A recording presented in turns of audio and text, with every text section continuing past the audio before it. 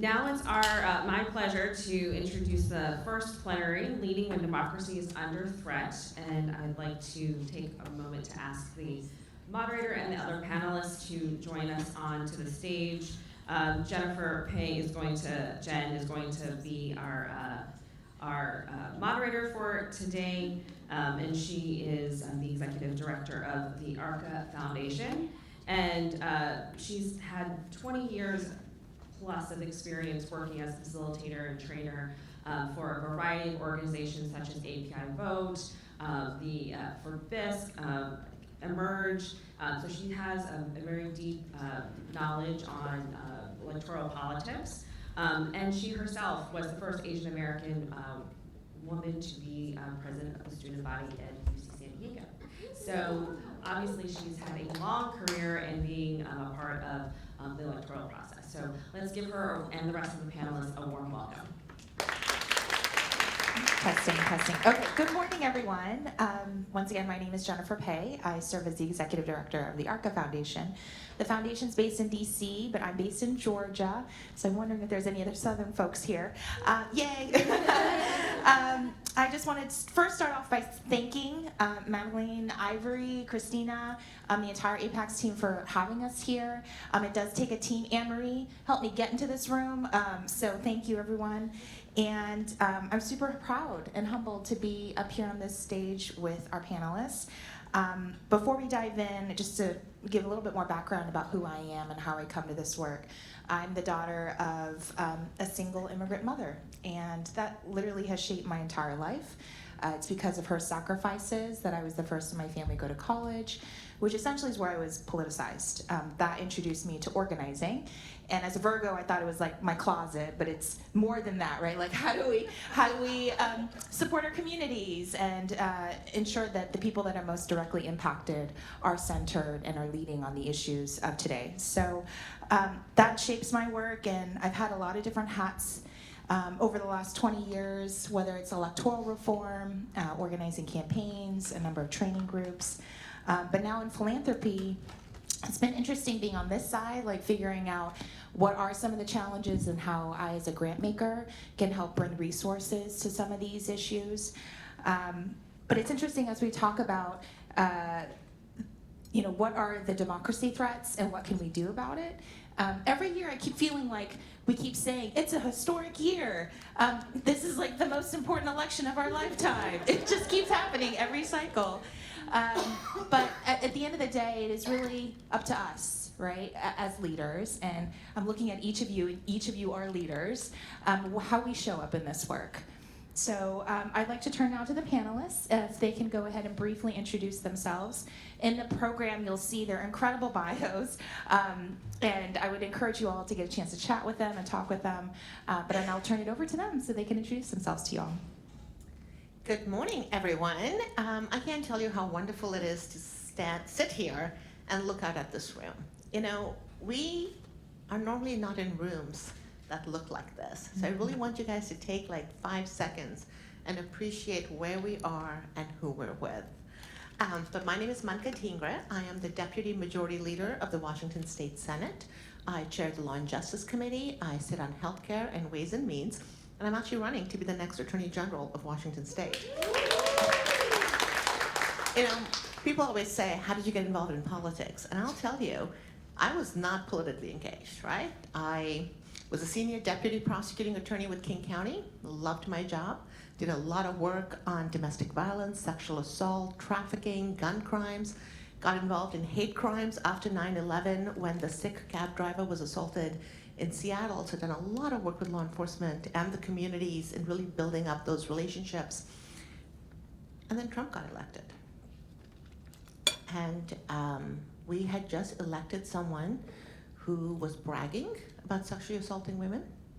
His rhetoric was creating more incidences of hate all across the US, and someone who was bragging about or making fun of people with disabilities and mental health issues. And I've spent decades working on mental health issues. And I think that is when it really hit me that we as a community, we as women, women of color, immigrants, need to have political power. We come from communities that overall tend to be affluent, but we do not have political power.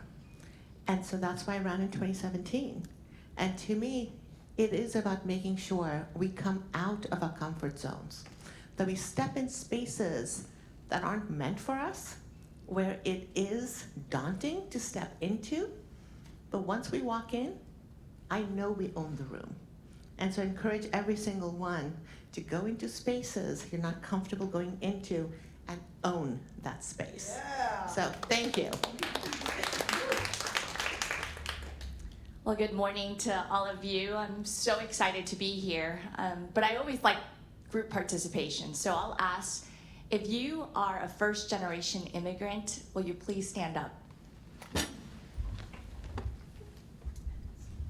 Thank you very much. I start off each morning with a sense of gratitude, but my gratitude comes from pinching myself that I live in the United States of America. I was born and raised in Antigua, Guatemala, so my first language is Spanish. My parents are both from Guangzhou, China, so I speak Cantonese, but I grew up in Wichita, Kansas, right in the middle of the USA. And so I'm really grateful to now serve as the 103rd mayor for the city of Wichita. I'm also the first Asian American to serve in this capacity as mayor in the state of Kansas. And I have had a career in journalism for the past 12 years, and I have a master's in journalism from the University of Hong Kong. Thanks. Yeah, that's clap, that's right. My name is Mary Yu, and I sit on the Washington State Supreme Court. I've been a judge now for 24 years, and I was a trial judge for 14. So, when I stop and think about the privilege of being here with these individuals, I'm in the nonpartisan world. I can't say that we are not political, because I think every individual is political with a small p, right? But I would say our branch certainly plays an important role now and in the future in terms of being influential and having a say in the room, right, about what individual rights might mean or not. I'm very proud to have been the first Asian on the state Supreme Court. I'm very proud to have been the first woman of color elected in the state of Washington statewide. There may be others joining me very soon. So it'll be fun to have the conversation with you, just about different ways to exercise leadership, and hopefully you'll get some insight from us. But again, I approach leadership and power and politics from a different perspective as a judge. Yeah, round of applause.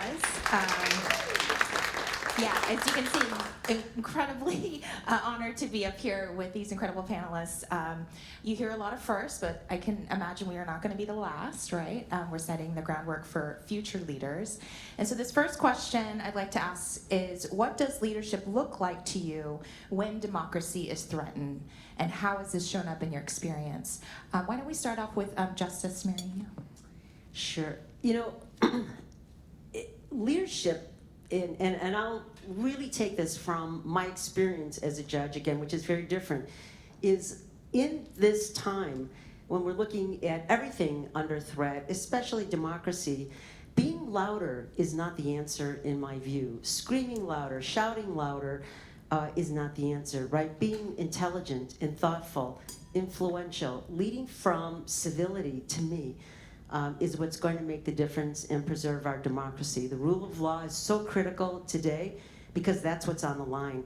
We can't have mob rule, but how many people are willing to step up and spend the time that it takes, again, to be disciplined, to be intelligent, to be thoughtful about how we preserve an institution that makes sure the minority and the majority are equal in every single way?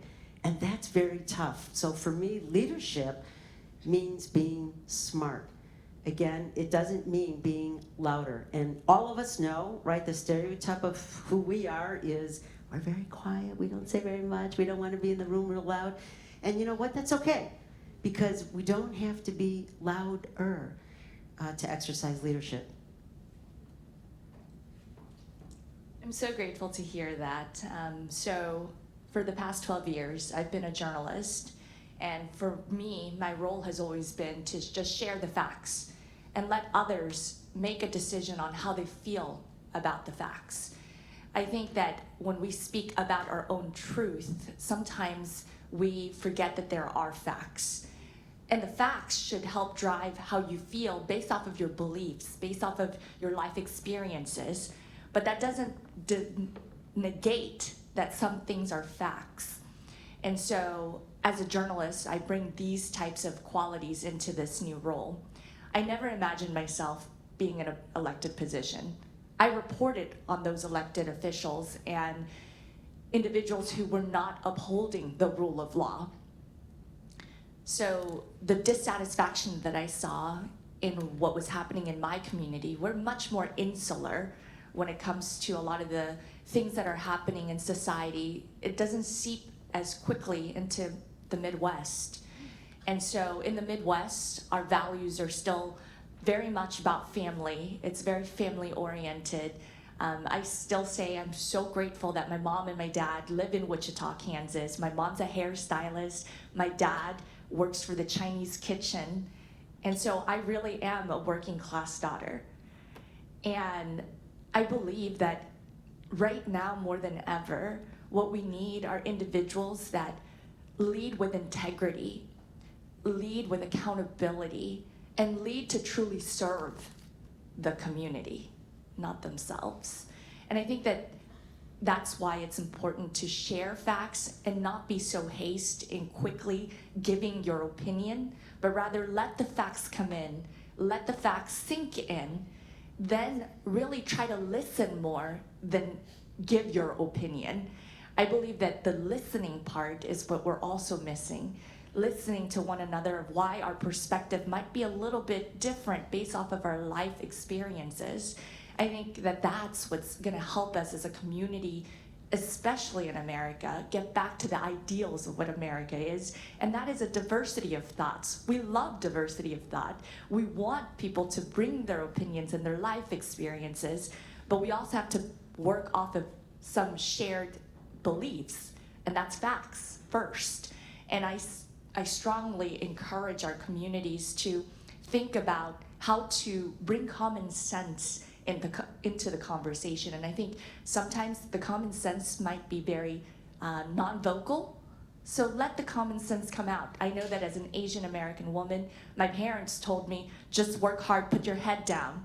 But sometimes that common sense that is not loud needs to be shared. So bring that common sense and bring that into the table. Thank you. I just love hearing from all my fellow panelists. You know, when I ran in 2017, I did not come from the political world. I actually went to my first Democratic Party meeting December 2016. Voted, considered myself a good Democrat, but never engaged. And so when I decided, or a lot of people along with me decided I should run for office, I really did what came natural to me, and that is from the nonprofit world, where I sat down and I thought very deliberately on how I wanted to show up in this space. I just want to be clear, we're all leaders. We're leaders in our private lives, in our professional lives, in our public lives. But you know, when you're running for office, you really have to think about how you're going to show up. And so for me, I sat down and came up with a list of values, because I fundamentally believe that during this time, we have to talk about values. Because when you talk about values, there's a lot more we have in common than what sets us apart. So, you know, following up on some of the words that Mayor Wu said, it's about honesty, it's about integrity, it's also about compassion, and it's about making sure you stand with your values. And so I talk a lot about honesty, integrity, compassion, and what that looks like. And so when I ran in 2017, I knew the Democrats were going to vote for me. I didn't need to go to their doors. My campaign staff, the volunteers, they could go to the Democrats' doors and tell them, hey, vote for Manka. I went to the doors of the moderates, the leaning Republicans, because that's where the conversations need to happen. Just like everyone's talking about, you have to have those one-on-one conversations. And when you go to the door and you say, you know, all of us want to leave the planet better than we found it, and people kind of nod along. When you say things like, you want your child to have a better life than you do, everyone nods along. And that's how you make sure you have these conversations, and this is how you make sure you can lead with those values. I'm just going to brag a little bit, because early on the table, we were sitting and chatting, and we had this incredible woman with a lot of amazing things she had done, and it was her friend who had to tell us about the incredible stuff she had done. And I said, we as Asian women, we as women need to talk about our accomplishments. We don't have to be humble about it. We have to be proud and outspoken about it, because no one else will do it for us. And so I'm going to take a minute and say, this last session was a short session. Most people get 3 bills, 4 bills. I passed 12 bills. All 12 were bipartisan. I even had Republicans vote on my gun bill. And so when you think about that, you're like, why would the Republicans vote on a gun bill? It's because how we show up to have those conversations. You have to talk about the facts. You have to talk about the problem you're trying to solve and what that solution looks like. And there are reasonable people, and they will support you. And so it is about talking about values, it is talking about facts, and really coming into these spaces with the intention of working on tough problems and delivering results. Thank you. I hope folks are taking these nuggets of really great reflections and advice. The next question I have is, what is one of the most important leadership qualities pro-democracy leaders should have during this time, and why? And in particular, how can Asian American, Native Hawaiian, Pacific Islander community better nurture leaders to aspire to these types of qualities? Why don't we go to Mayor Wu? This one was a hard one because it's one thing, right? So I'm going to lean back on one of the things that drove me to get into this arena. I always thought that it was important to be engaged, whether it's engaged as a community volunteer, engaged in school, just engaged. And for me, being engaged was being part of my neighborhood. When I arrived in Wichita, Kansas, my family was obviously an immigrant family. We lived with my grandparents, lived under their roof, 1 bathroom, 3 bedrooms. You can just imagine the necessity, that the things that you really need versus the things that you want. And what a young person needs most really is relationships. And I remember walking up and down our neighborhood, and there was another Chinese family that lived down the street and saw that we were new. And she invited us to church. I had not gone to church in the United States, and it was that invite. I say this not about religion, but rather about engagement. Intentionally engaging is something that we need to do a better job of.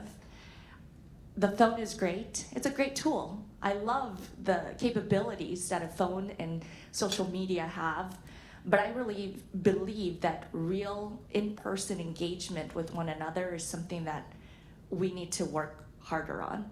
And I do believe that we're losing a lot of our relationships, and we need to rebuild relationships, repair relationships, and they start really at the family level. And I think that that's where the most difficult conversations, but the most impactful conversations can happen. And so if we can get back to seeing our neighbors, our families as part of who we are, and helping the closest, those closest to us, I believe that that's how the qualities that we need, the engagement that really is required of our time right now. So, I actually thought really long and hard about this question, and I think what we need to do is be bold. In today's day and age, women who look like us, you have to be bold, and you have to call out injustice. We are so used to, as Asian women, keeping our mouths shut. Seeing microaggressions, seeing racism, seeing sexism, but keeping our mouth shut. And the time's done. We have to be bold. We have to call out injustices when we see it. We have to call out microaggressions when we see it. We have to call out sexism, racism, all the isms. We have to call them out. Doesn't mean you have to shout, but I think you have to have honest conversations on what these look like, how they make people feel, and it's not just people, it's entire communities. And we have to make sure we are saying no, or enough is enough, or we need to do something different. But I think it is time for us to be bold, really, truly bold and authentic. You know, when I thought about this as well, and I want to draw on my own life experience, you know, to find courage is really important, and it supports what you just heard. But finding courage to imagine yourself in that scenario, wherever it is, if you're thinking about a leadership position or a job or elected office, but having the courage to really see yourself there. And when I look back at my life, is sort of like, how did I end up in Washington State as a Supreme Court Justice? And you would assume that I came from a family of privilege, right, to have that education and opportunity. You know, I grew up on the south side of Chicago, same story as many of you, right? I'm the daughter of undocumented immigrants, Chinese and Mexican, so biracial, on the south side of Chicago with very little resources. My family was a working class family. I did not have a bedroom until I went to college, right? I slept in the living room because that's where the space was. And I didn't think there was anything wrong with it until somebody pointed that out to me much later, that most kids grew up with their own bedroom. I don't know anybody who did. Regardless, right? But what I had, and I'd have to just credit both of my parents by telling their own story of what it was like to be a farm worker, what it was like to work in a factory. They instilled in me, without even knowing, ambition and desire for more. They came to this country because they wanted more for themselves and for their children, and they told their own stories and planted a vision, and it just stuck with me. So that as I grew up and went to school, I imagined myself doing something more, being the first to go to college, right? Being the first to think about something more other than working in the store. Not that there's anything wrong with it, right? But to say, maybe I could be the owner of the store rather than working in the store. Maybe I could do something more. And each opportunity that came up, I just had the darn guts to put myself forward and apply for the positions. I mean, it really was that, including the Supreme Court position, because there had never been a woman of color, because we all assumed you can't get elected in white Washington State as a woman of color statewide. And I thought, that's not going to be the story. And I may lose, but it's not going to be the story that there isn't a qualified person for this position. And it all ended up working out, right? And why? Because fundamentally, I had the guts and the courage to try to imagine myself in that place. And that's the challenge of leadership, right? It's not waiting to be tapped. It really is saying, I've got the guts to try this. I can imagine myself. I believe in myself enough to say, I'm going to try this. And I am not here as again, partisan. I'm not a Democrat, I'm not a Republican, I'm truly a nonpartisan individual. But there's nothing that gives me greater joy than to see somebody like the senator say exactly what she has. I'm going to try this. I can imagine myself doing this. I can also be a statewide elected and beat the odds in so many ways. What did it take? Something really deep down at the core, belief in herself, just having the courage. Okay, speaking of bold and courage, I'm now going to open it up to the room. I'd love to bring some more voices into the room and call on two people who have some questions that would like to ask the panelists. Right here in front. Hi. Oh, I think there's a mic so that everyone can hear you.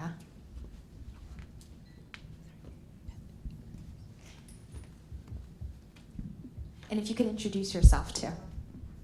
Hi everyone, I'm Natalie Gleason. Thank you so much for coming and speaking with us today.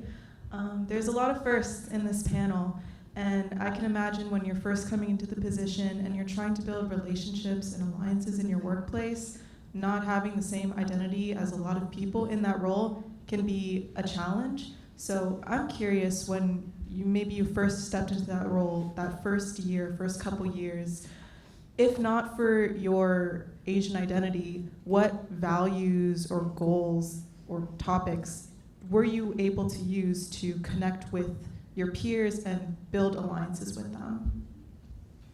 Great. Actually, let's dig into this question first. I'll take it because I just got sworn in January 8th, so it hasn't even been 6 months since I was thrust into this public service position. And I say that also very intentionally. I don't believe that I'm a politician. I really, at the core, am doing this as a public service to my community. To me, it's an extension of who I've always been, which is a community volunteer, an active one. And so I had my career, I had my volunteering, and so my community has seen me in 2 different roles, as a professional, as a journalist, and then they've seen me as literally just a Wichitan, someone who grew up there, volunteered, you would see me at any of the community events. More specifically though, I've been involved with the Wichita Asian Association since I was 18 years old. I remember as a young 10-year-old going to the Asian Festival as an attendee, eventually growing up and becoming a volunteer. I think I even performed once, don't try to look up that performance. But eventually I got into the role of becoming the president of the Wichita Asian Association. And so for me, I got into this role where there are 7 council members, 6 of them are elected by the district, and my role, which is elected by the entire city. It's a nonpartisan race, so the mayor really, there's nothing next to our names. But again, the dissatisfaction that I saw was there was a lot more politicizing that was happening in the previous administration when it didn't have to be. And so for me, day one, my mission was to unite our community. And so I went to each one of our council members and asked, what is one thing, one topic where we can all agree on that could be part of our agenda? And all 7 of us said, and this was not one of my campaign promises, but it was, we have a growing homelessness crisis in our community. And all 7 of us said, okay, whether you lean more left or lean more right, this is an issue that we as a community need to tackle together.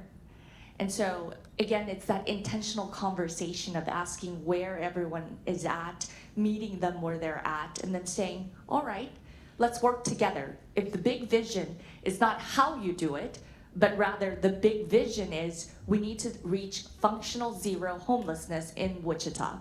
How we get there might be, we might have to do a little weaving in and out of traffic, but we're still progressing and we're still moving forward. And I think that that is one of the key areas that on day one is meeting your council members or your legislative body, just asking what are things that drive you and where can we find some common ground. And for us, it was that.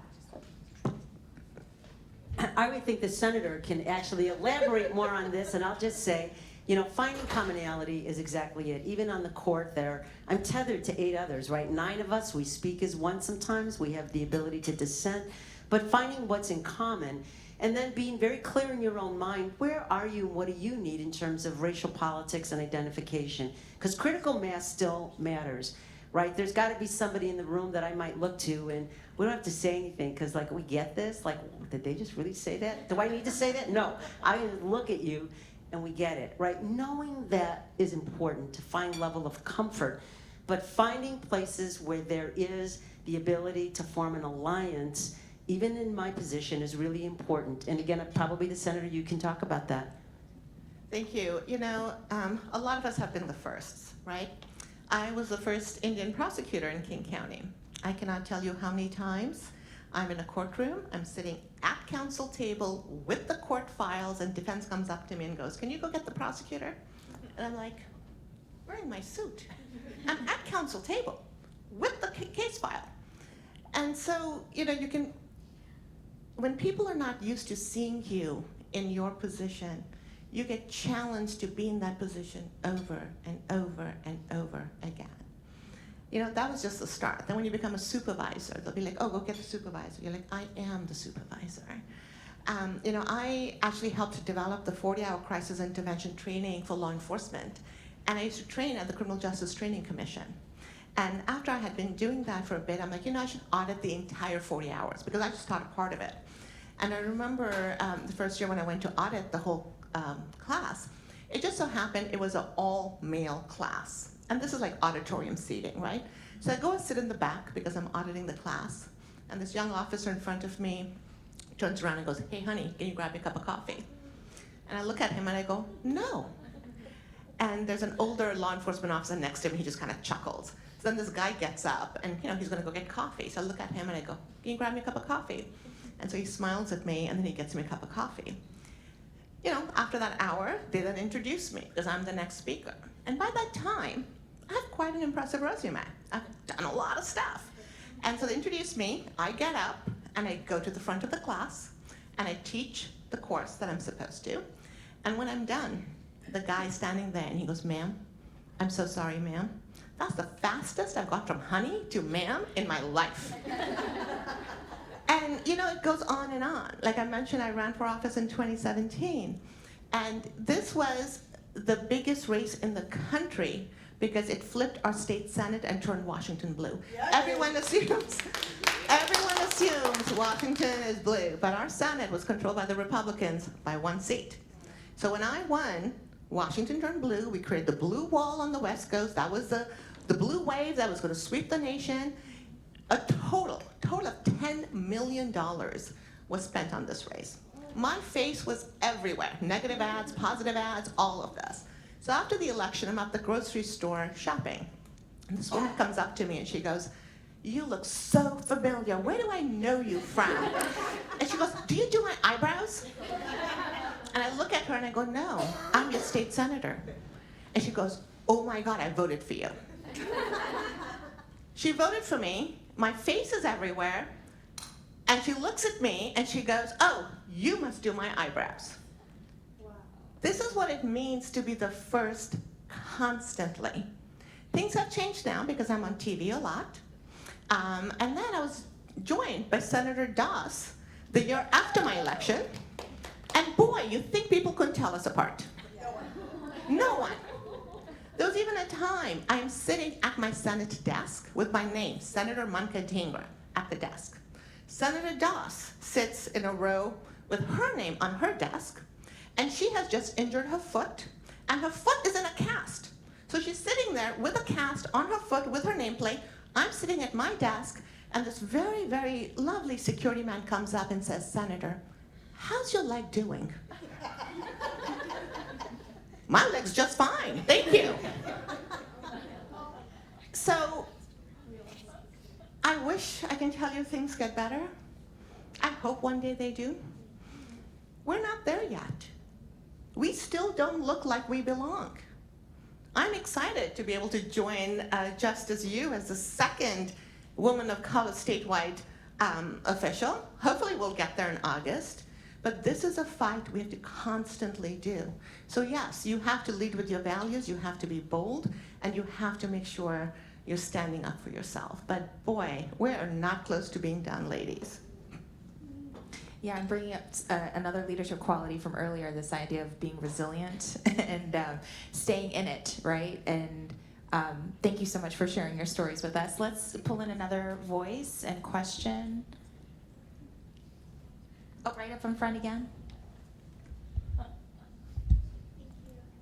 Good morning. I'm Ninja, like Ninja with an M. I'm from Las Vegas. So I had a call yesterday. This is very relevant. I work in commercial real estate, so I work with a lot of architects and developers who are much older, who are white, who are men. And yesterday, at a call with our county commissioner, it was a group call, team meeting. My architect, who was in his 80s, we were talking about something, and he said, "Good girl." I think he didn't say it like intentionally because we do have good relationship, and then you know he's much older, like my grandpa. Microaggression. So, well, they know that they cannot you know, I'm not your stereotypical top quiet Asian. So I was about to draft an email saying, please stop calling me future team meetings. I don't know. So have you faced situations like that where some man is say something? I don't think he said it intentionally, but it's just, you know. No, I'll just say you gotta call it out. You know, when they say good girl, you're like, wow, I haven't been called that since I was 10. Thank you so much, Grandpa. Well, here's where we're gonna have some fun, right? Because I wouldn't do that. I wouldn't say the grandpa part, but I would say the first part. And, you know, the best advice is be thoughtful, be strategic, and just ask yourself, what's the cost either way? Is it more important for me to correct him in this setting, or is it more important to just really disregard it and move on, depending on what the agenda is? So I'm not going to say that any choice is a bad choice. All I would say is be strategic and be deliberate, right? Know what you're doing so that it's not just reactionary. Know yourself well enough, and then be politically savvy. Is this a relationship that I have to keep? And everybody else is hearing it and notices it as well, and they're going to also pay attention to how I respond. So you just got to be strategic. I will not diss you for any choice, but just make it a conscious, deliberate choice. And again, I would not do that, only because I've been trained in my setting that if I do, I've burned a big bridge. I'm going to echo Justice you right here. So I am a very engaged individual in our community. I give hugs. That's who I am. So I have lots of personal relationships with almost everyone I have come across. And that's partly because as a reporter, I help share people's stories. It's a very intimate setting. And so people see me as like someone that they know, even though they don't know me. But I've been in their intimate rooms. I've been in their bedrooms, in their living rooms, in their kitchens. So there is a fine balance. I think that it depends on the relationship. And like you just said, he's in his 80s. You have a good relationship with him. I would not embarrass him by being rude. I would actually take the time to intentionally talk to him and say because I've had conversations with individuals, you know, we have a working relationship. We also have a personal relationship, but in professional settings, I'm the mayor. And it's okay. Sometimes, again, I also come at it with assuming positive intention first rather than he was coming at it to be condescending. So I think it's in how you also think about it. I truly do come at it with, even when someone says something that maybe just they weren't raised to speak well, I come at it thinking, well, they didn't assume a negative intention. It was just the tact was not good. The actual behavior was not good. But there's an opportunity to learn and to teach. And that teaching moment doesn't have to be to embarrass the individual in front of everyone, because I'm sure others probably heard it and probably perked up like, oh my gosh, that just happened. So because you are a leader, people are watching. And I do think that in the way that you react, it's also a representation of how you will be viewed as a leader. And so I would say that private conversation is a good way to go. So I'm going to be a little bit more serious. I would absolutely say the first part where, wow, I haven't been called that since I was 10. Because I think that is important to call out. And I have changed my opinion on whether you call it out in public or private. And I changed my opinion because I saw one of our Latina senators being disrespected on the floor. And she kept quiet about it. And after that, we had a conversation. And I can tell you, support staff, the public, is paying attention. And you have to make sure you stand up for yourself and let others know it is not acceptable for you to be treated that way. They should be afraid of saying things like that. And what I had told her right after, because it was an older white man, and I said, I'm sorry, why do you have to make excuses for his bad behavior? He has lived long enough to learn and understand how you treat women. He is teaching his children, his grandchildren, and it is okay to say, you know what? I haven't been called that since I was 10.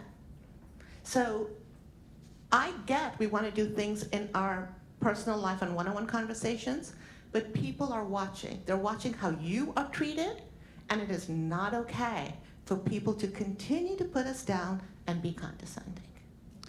Yeah, I'm actually going to call on to this first question that was asked around this idea of your being the first, not only in these positions, but sometimes you're the first to be introduced to someone that isn't like you, right? And so they don't necessarily know what to say or how to act. And those relationships, I say this for my work in organizing too, it moves at the speed of trust, right? So if you don't have an established relationship with them, how you bring up these kinds of sensitive issues can land differently depending on the type of relationship you have with them. So it is a choice point. Like, am I going to call this out now in public in front of everyone else so that everyone else knows that this is not okay? Or I'm going to pull them aside and have this one-on-one conversation with them, and hopefully they can take it in, right? Rather than being, on the defensive by saying something like that. I will also lift up this difference between intent versus impact. So although there are, potentially very well-meaning white folks, the impact of what they say and what they do can be incredibly harmful. So how do you address that? And what's the best way for you to at least put yourself in a comfortable situation to bring these types of issues up? And sadly, we're in this changing environment, and you all are change makers. You're shifting culture as we speak, just by the nature of the position that you're in, just by the work that you do. So my hope is that it ripples out so that you are no longer the first young Asian person to speak in a room, to have a conversation with them, to be a prosecutor, to assert no, this is who I am, this is my leadership, this is my role. And I sometimes also flip the question back to them. I don't know how many times people may have asked you, where are you from? Right? Where are you from? Oh, I'm from Modesto, California. No, that's not what I mean. Your background, your ethnicity. And I flip it back to them and I ask, well, why do you ask? So getting into a bit of curiosity from why that question was being asked in the first place. And it kind of puts them on the spot. It's oh, why did I ask that question? And it's an inadvertent way, in an unassuming way, to kind of pivot back to them. So these are just some of the experiences I've had during my time and the work that I've done. Those are great questions. We have time for one more question, if anyone has a burning question to ask. If not, I've got a final question. Okay, so let's ask the panelists for a final question. What is giving you the most hope during this difficult time?